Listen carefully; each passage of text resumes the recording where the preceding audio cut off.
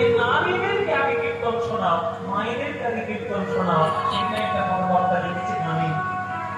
গৌরাঙ্গ করুণার কথা কহিতে না পারি, সংকীর্তন মাঝে নাচে কুলের বৌহারি।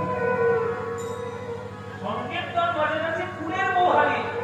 যারা ঘরের বউ তারা পর্যন্ত নেমেছে সংকীর্তন করতে গিয়ে। তাই মায়েরা, তোমরা কীর্তন বেশি শোনো, পড়াশোনা করো, শিক্ষিত হও, ভক্তিকে আস্বাদন করো, তবেই তো তোমাদের সন্তান মানুষের মতো মানুষ হবে।